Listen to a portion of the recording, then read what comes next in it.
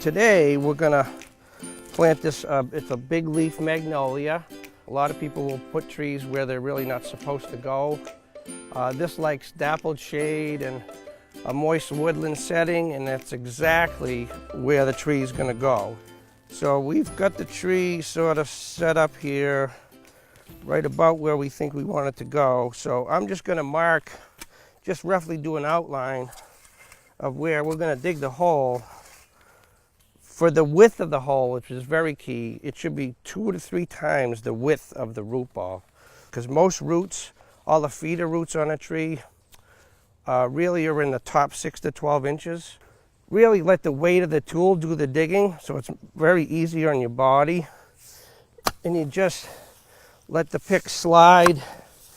You sort of slide in a circular motion, and the thing just goes right into the ground, almost like a backhoe if you had a hydraulic backhoe.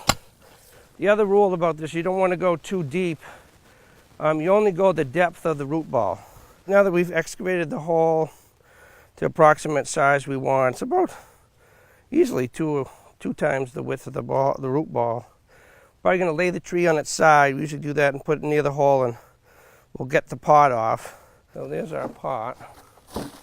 You can see we have little matted roots on the bottom.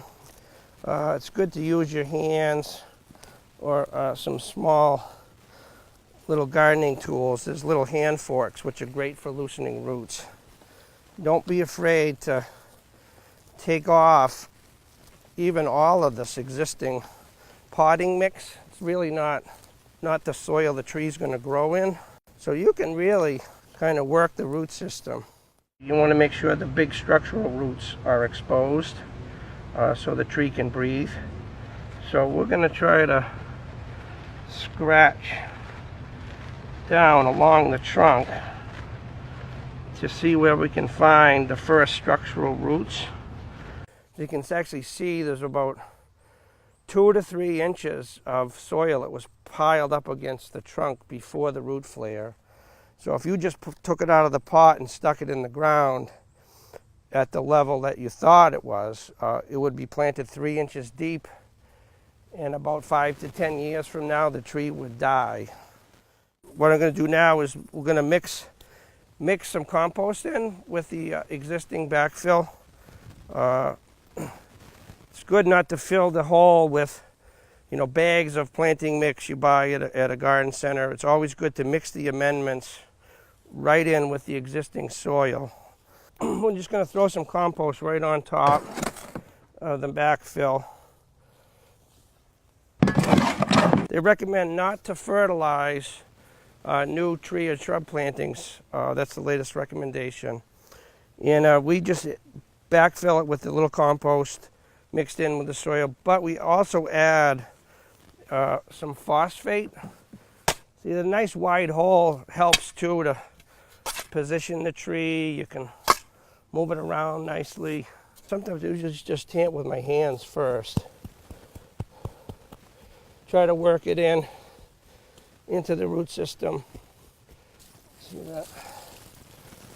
Maybe just give it a nice drink so it makes a little moat of water so it settles everything in, and just wait till that drains. Now that we got looks like the water settled in pretty good. So I might actually put a little more compost. Maybe a little handful of the sugar, a little phosphorus, just like you were mixing a little brownie mix or something at home. Also, we always leave the small rocks. We always throw them back in the hole because it's a great places for the roots again. Really, to have them go down and underneath rocks is a great situation for roots. Just kind of working it in still, and you can lightly tamp with your feet too. It's good. You don't want to just jump up and down you don't want to crush the roots. Even with all that root system sort of torn apart and exposed, the tree is rock solid in the hole. And it's best to let the tree wiggle with the wind, develop stronger roots than if you guy it with stakes. Now that we got that settled in there, kind of wash off the trunk a little bit. And most plants need about an inch of water, inch of rain, so to speak, per week, especially new plantings. Just give a little more, let it drain in there a little bit. There's an old saying about trees: the first year they sleep, the second year they creep, the third year they leap. So don't be discouraged when your tree isn't growing after the first year. You've probably done a fine job planting. So thank you very much. I'm Dan Bouchard. Tune in again soon for another tip from the Trustees Horticulture team.